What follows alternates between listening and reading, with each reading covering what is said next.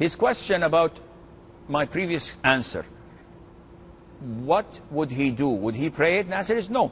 If I deliberately missed Dhuhr prayer, I'm in the office, I'm working, someone says Dhuhr time, says, okay, I'll pray it in 5 minutes.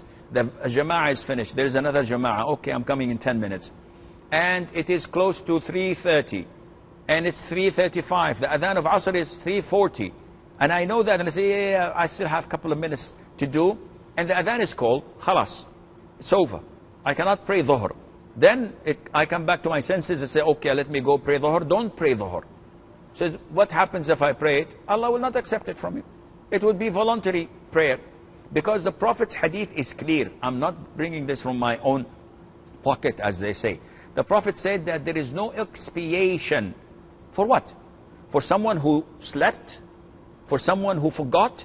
We know that both actions done in sleeping or while unconscious, Allah Azza wa Jal doesn't burden us for that. Doesn't hold us accountable. 3, the Prophet tells us that Allah would not hold accountable are a sleeping person until he wakes up, an insane person until he becomes sane, a young a child until he reaches the age of puberty.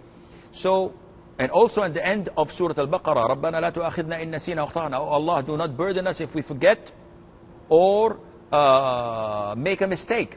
So Allah says, as in the Sahih Imam Muslim, I would do that.